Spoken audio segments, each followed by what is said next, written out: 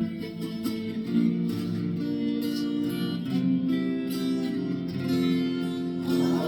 Father who art in heaven, holy be your name. Your kingdom come, your will be done on earth as it is in heaven. Give us this day our daily bread, and forgive us our trespasses,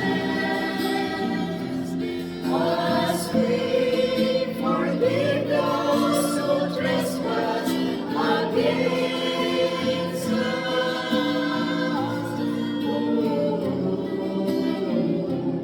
And lead us not into temptation, but deliver us